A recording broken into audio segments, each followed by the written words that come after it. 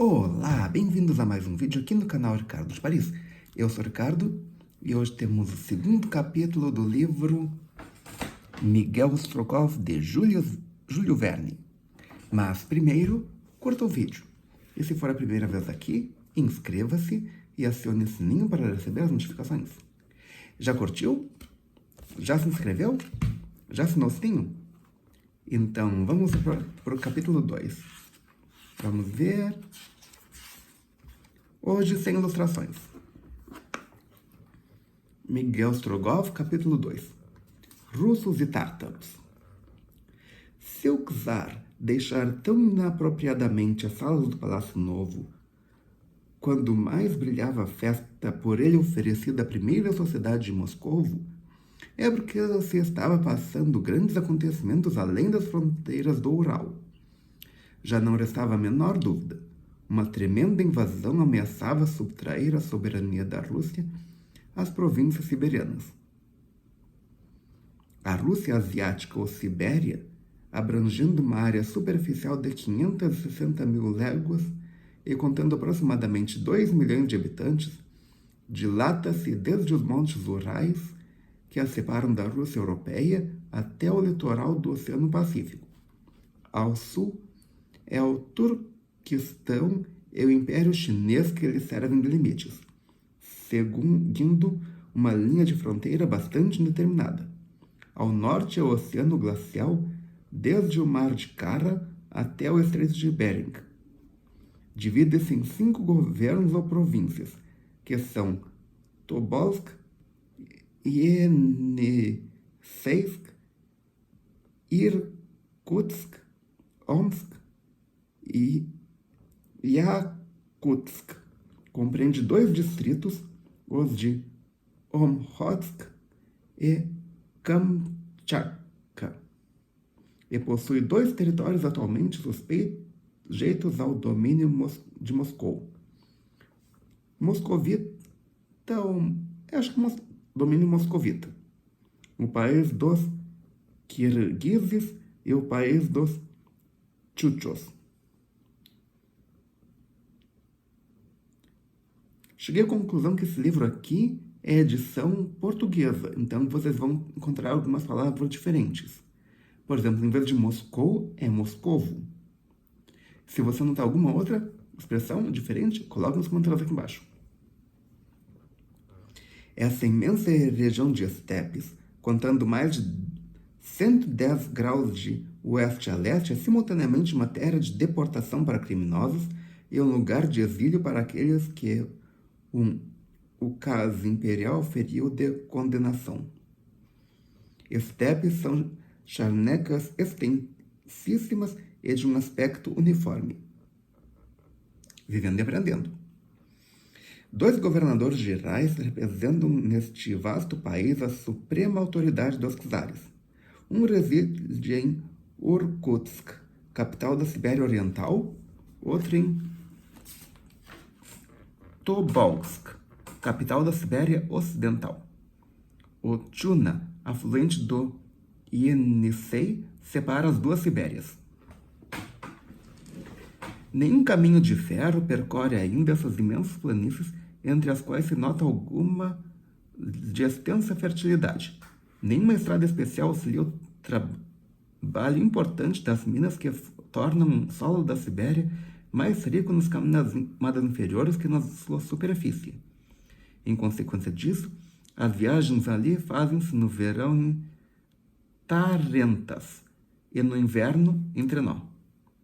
Tarentas, espécie de carro sem molas feito de travessas de pinho com uma capa de couro, um estribo, um guarda-lama e 2 pares de rodas separados um do outro 9 a 10 pés. Se você conhece isso, coloque nos comentários aqui embaixo, porque eu nunca vi um desses. O único meio de... Atualmente já existe a ferrovia Transiberiana. Na época, não. O único meio de comunicação criado nas 2 fronteiras, oriental e ocidental, é um fio elétrico medindo 8.000 vastas de comprimento. Verstas, quer dizer, 8.000 verstas, Versta, o que é? A versta equivale a 1.067 metros, pouco mais de 1 quilômetro. Este fio, partindo do rio Ural, passa por Ekaterimburgo, Kassimov, Tyumen, Inchin, Omsk, Elamsk, Kolivan, Tomsk, Krasnoyarsk, Nijiudinsk, Irkutsk, Nerchinsk, Streling, Abazine, Globovstensk, Rode, Orlamskaya, Alexandrovskoy, Nikolaevsky, e pela transmissão de cada palavra até seu extremo limite, paga-se 6 rublos das 9 popex. Popex, que é? Rublo era uma moeda de prata e o popex era de cobre. Acho que seria equivalente ao real e ao centavo. Mas não tenho certeza, então, se você sabe a resposta, coloque nos comentários aqui embaixo.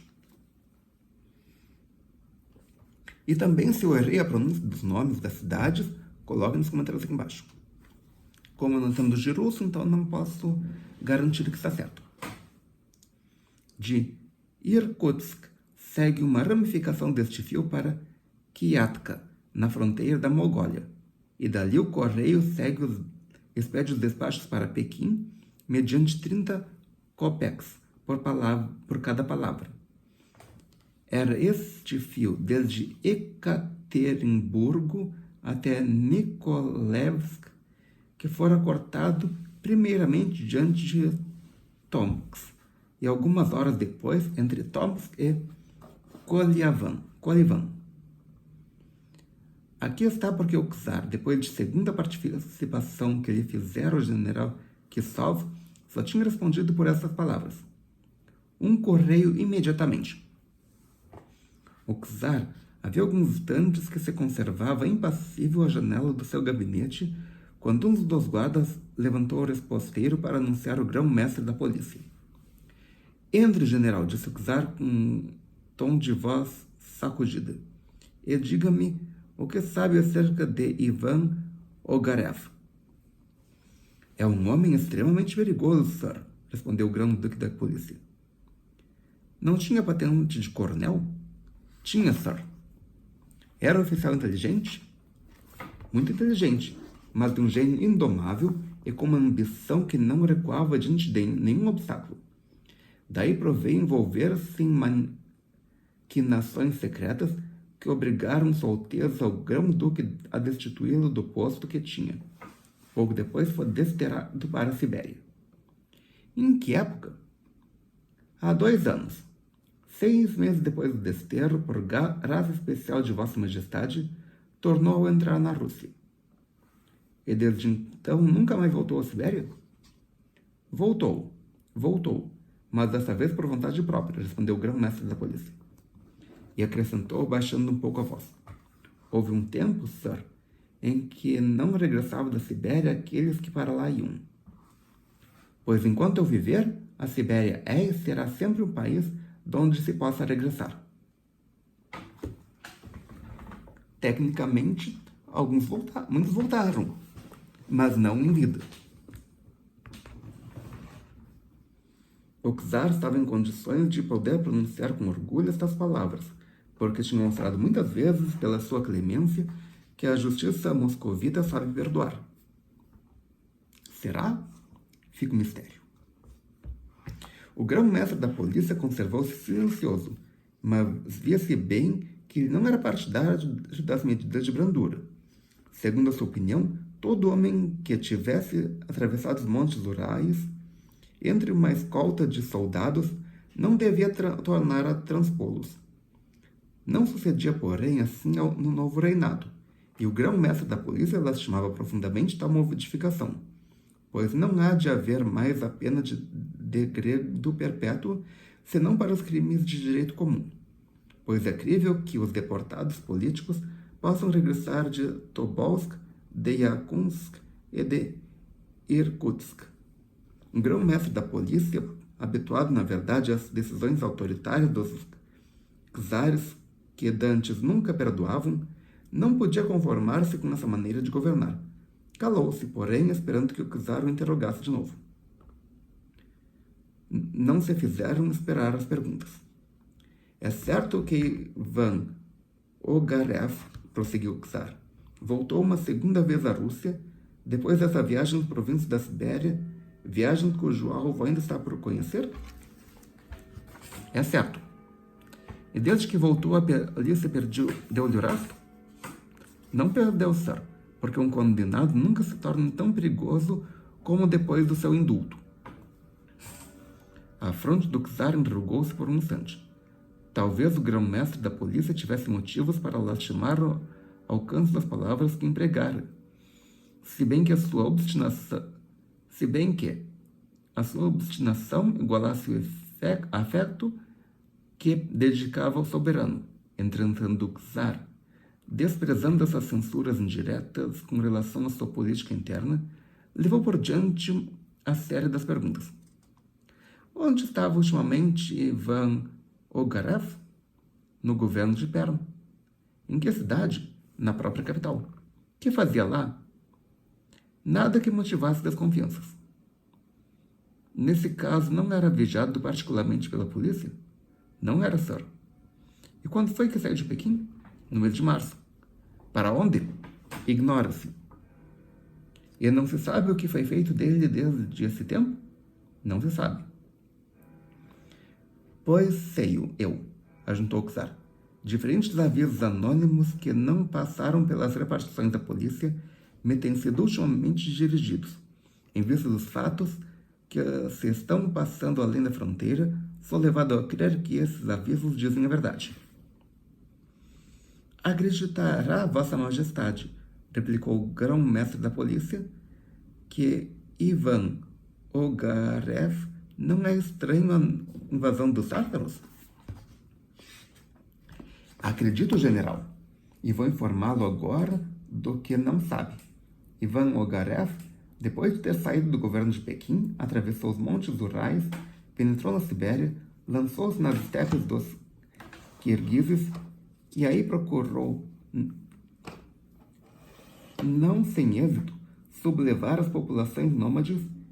Em seguida, dirigiu-se mais para o sul e foi até o Turquestão livre, encontrando nos canatos de Bukhara, de Kokand e de Kunduza, chefes dispostos a arremessarem as suas hordas tátaras nas províncias da Sibéria e a provocarem uma invasão geral por todo o Império Russo da Áustria. O movimento preparado em segredo acaba de fazer a explosão, e como primeira consequência, aí aparecem já cortados todos os meios de comunicação entre a Sibéria Oriental e a Sibéria Ocidental. Além disso, Ivan Ogarev, sequioso de vingança, deseja atentar contra a vida de meu irmão. O czar tinha se animado à medida que ia falando, e passava agora a passos largos. O grão-mestre da polícia permanecia falando, mas ficava dizendo de si e para si que os planos de Ivan Ogarev não se poderiam ser levados a efeito, se ainda estivesse no tempo em que os imperadores da Rússia não costumavam indultar os deportados políticos. Decorreram alguns instantes, durante os quais nem o imperador, nem o seu agente quebraram o silêncio. Depois, o grão-mestre da polícia aproximou-se do imperador, que se tinha lançado numa poltrona. Disse-lhe: Vossa Majestade deu já as ordens necessárias para conjurar quanto antes desta invasão? Dei, respondeu o czar. O último telegrama que pôde enviar a Nijni-Udinsk devia ter posto em movimento as tropas dos governos de Yeniseysk, de Irkutsk, de Yakutsk e as províncias do Amur e do Lago Baikal. Ao mesmo tempo, os regimentos de Perm, de Nizhnovsk e os cosacos da fronteira caminhavam à frente a grande velocidade em direção aos Montes Urais. Por infelicidade, ainda terão de decorrer muitas semanas antes que os meus soldados se possam encontrar frente a frente com a coluna dos tártaros. E o irmão de Vossa Majestade, Sua Alteza, o Grão-Duque, presentemente isolado no governo de Irkutsk,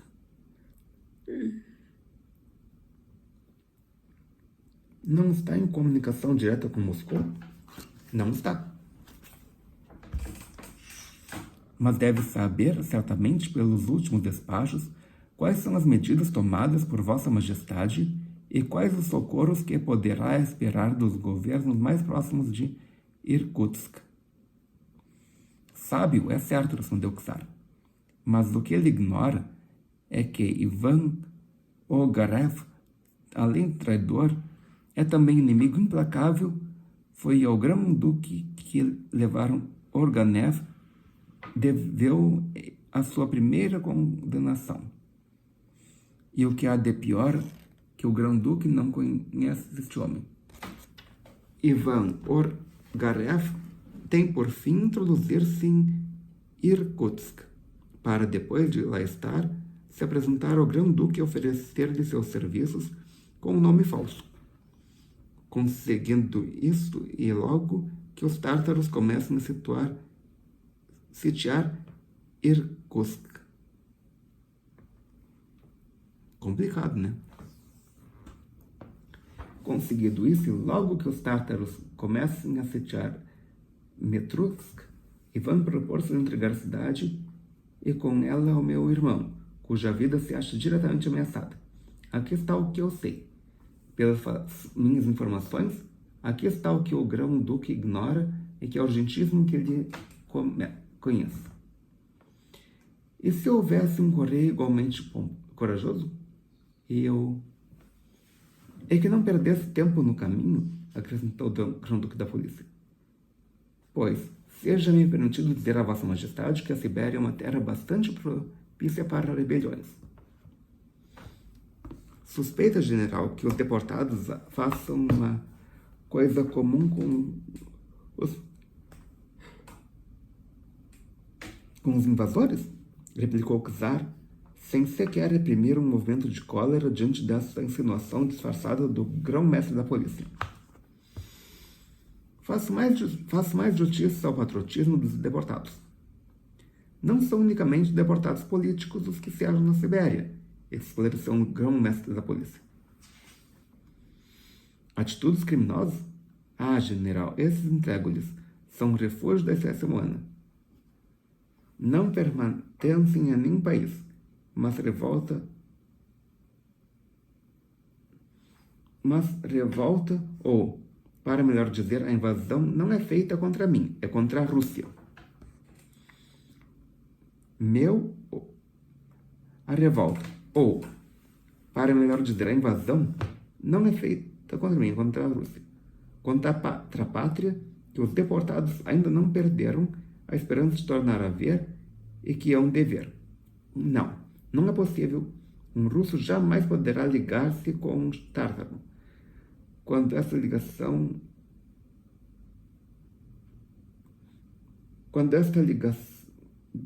resultasse em enfraquecimento por uma hora que fosse do predomínio moscovita, ou de Moscou.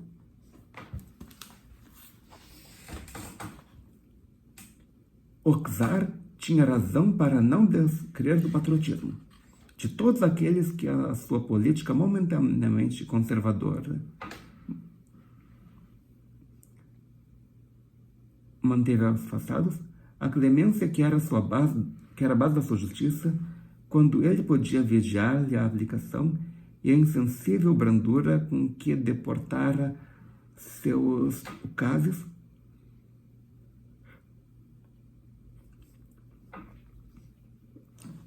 tão diferente dos anteriores, servia-lhe de pleníssima garantia as palavras que proferia. A admissão, porém, mesmo que os deportados não auxiliassem a invasão,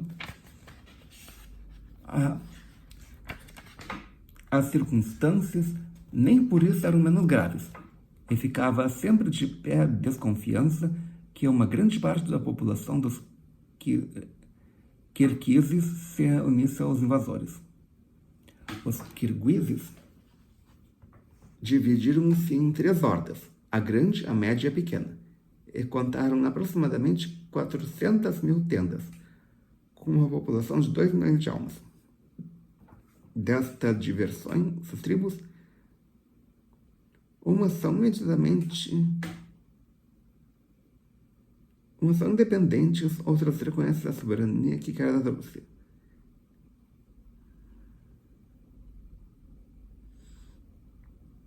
Quer dos irmãos de Kiava, de Kokoland e de Bukhara, isto é, dos mais poderosos chefes do Turquestão.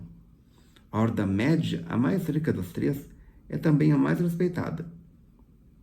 Os seus acampamentos ocupam quase todo o espaço embrandido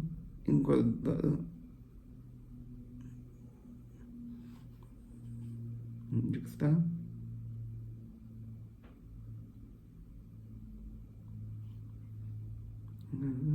Sente os governos de Omsk e Tobolsk.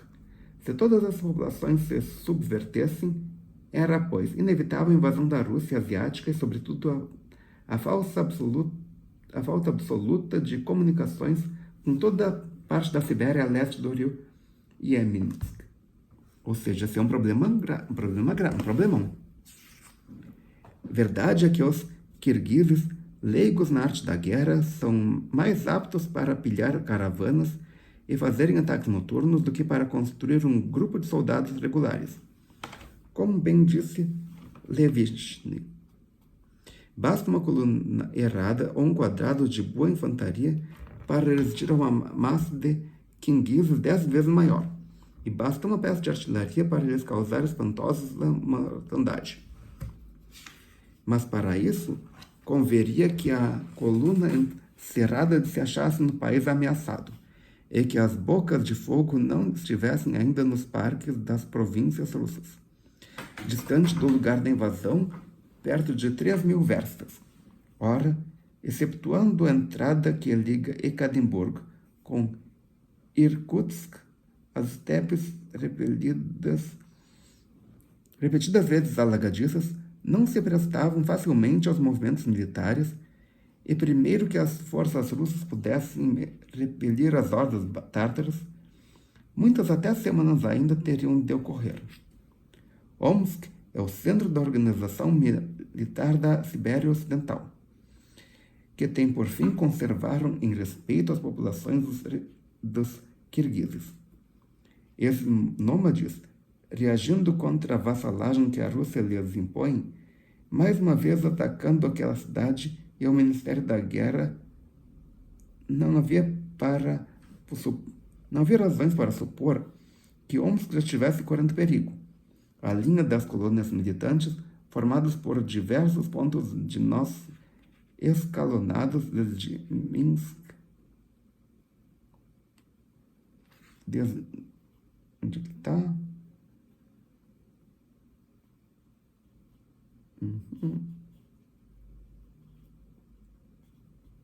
A linha das colônias militares formadas por diferentes postos de cosacos, escalados desde Omsk até Semipalatinsk, devia ser forçada em vários pontos.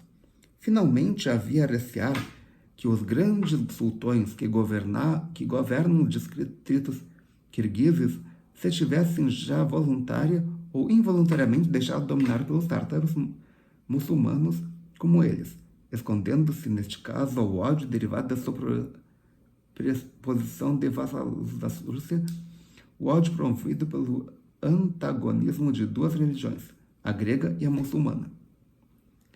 Há muito tempo que os tártaros do Turquestão, e principalmente os que formam os cantos de Bukhara, de Kokand e de Kunduza, procuravam afastar, tanto pela força como pela persuasão, as hordas kirguisas do domínio moscovita. Algumas palavras acerca dos tártaros. Os tártaros pertencem especialmente a duas raças distintas, a raça caucásica e a raça mongólica. A raça caucásica, que segundo a opinião de Abel de Remusov, passa na Europa como tipo de beleza humana, porque todos os povos desta parte do mundo saíram dela, reúne sob a mesma designação os turcos e os indígenas, de origem persa. A raça caucásica, que segundo a opinião de... A raça puramente mongólica compreende os mongóis, os manchus e os tibetanos.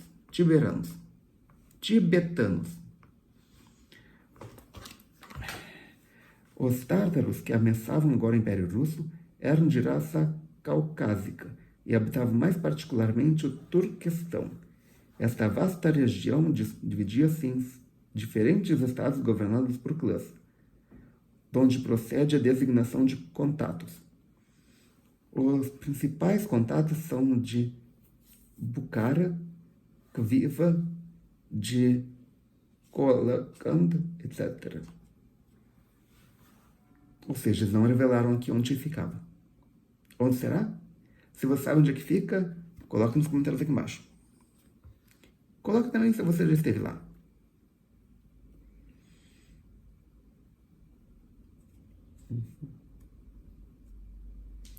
A este tempo, o canato mais importante para o Temer era o de Bukhara.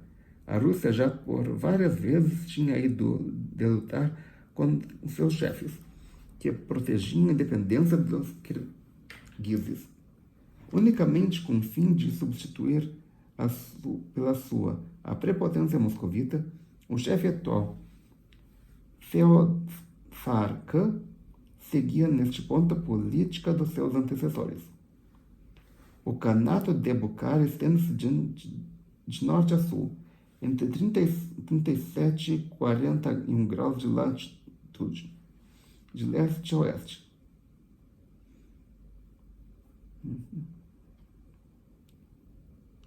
Entre 37 e 40 graus de latitude e de leste a oeste entre 62 graus de longitude. Isto é, dispõe de uma superfície de 10.000 léguas quadradas aproximadamente.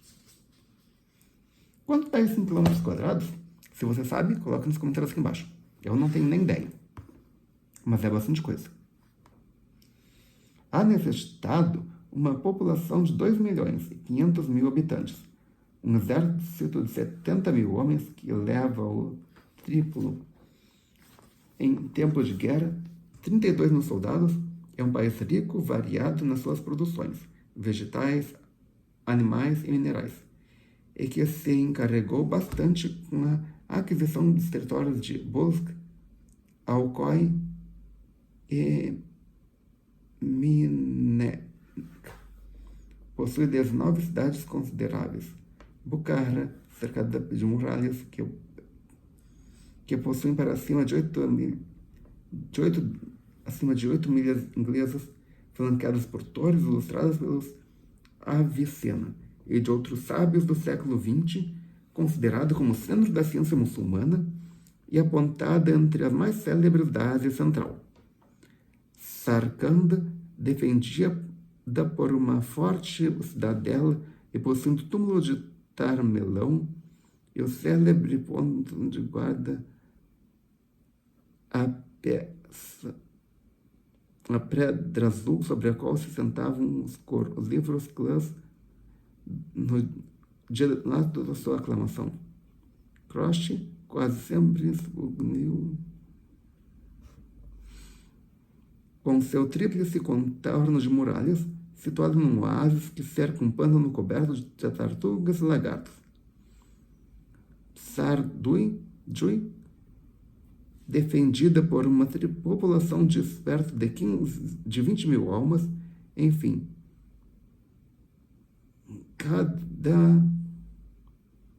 Katakogan, Nutara, Jazan, Pakansk, Caracuzar, formando uma pequena cidade difícil de conquistar. O centro da capital era... Se você sabe, coloca os comentários aqui embaixo.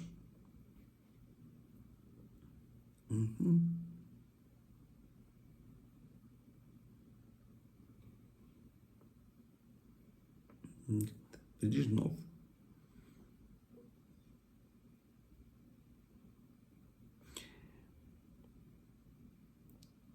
O contato de Bukhara, protegido pelas suas montanhas, isolado pelas estepes, é, pois, um estado verdadeiramente perigoso, e Rússia ver-se obrigado a opor-lhe forças imensas. Ora, e como te disse, era um ambicioso, feroz Feofar que governava então esse canto da Tatária, apoiado pelos outros clãs, principalmente pelos de Kokhand e de Kunduza, guerreiros, piratas e sanguinários, sempre inclinados a todas as empresas que pudessem lisonjear o extinto tártaro, auxiliado pelos chefes que continuavam às bordas da Ásia Central. Ferrar-se sentia-se satisfeito de se pôr à frente desta invasão. De que ia Ivan Ungarev dirigindo os seus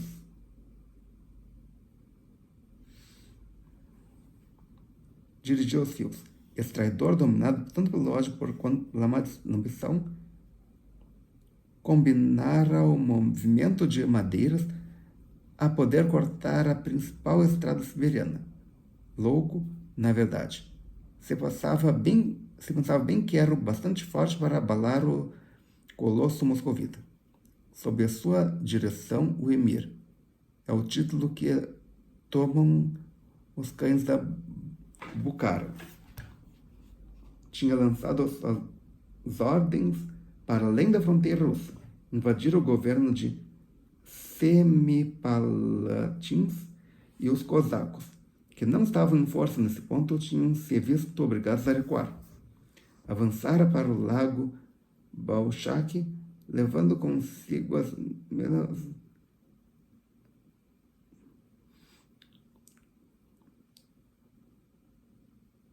populações de Kirguizes por onde passava, pilhando, devastando, alistando os que se submetiam, capturando os que se lhe opunham, tudo isso com a audácia de um moderno Guerguiscão.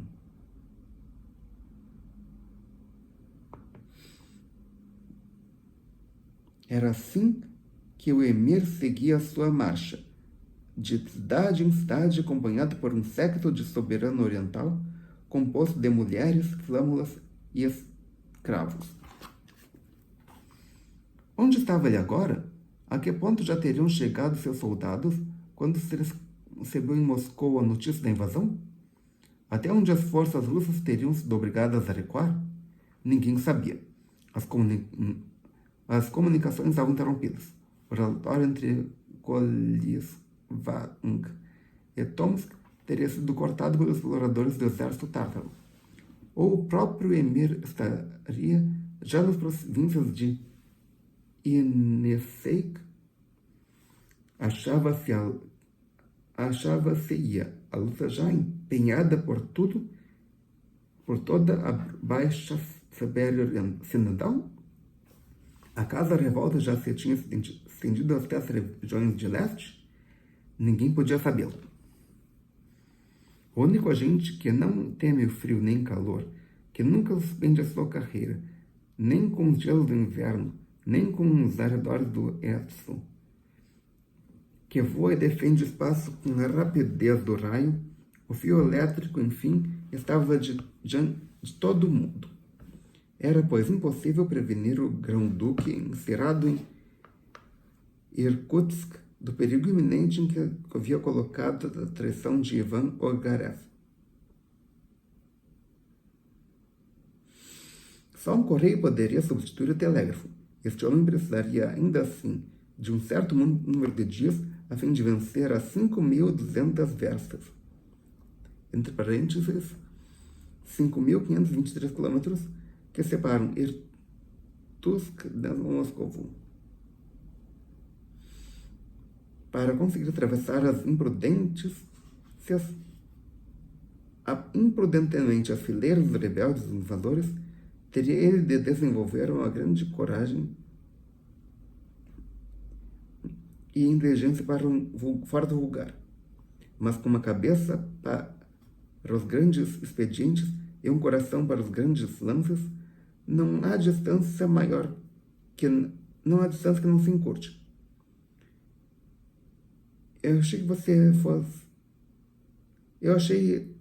Acharei eu mesmo esse coração e a cabeça, explicou a si próprio o czar. E projeção. Se você gostou, clique em curtir, adicione esse vídeo aos seus favoritos, compartilhe com seus amigos, traga pelo menos um inscrito para o canal, ok? Obrigado pela presença, obrigado pela audiência, até amanhã com mais uma história e tchau!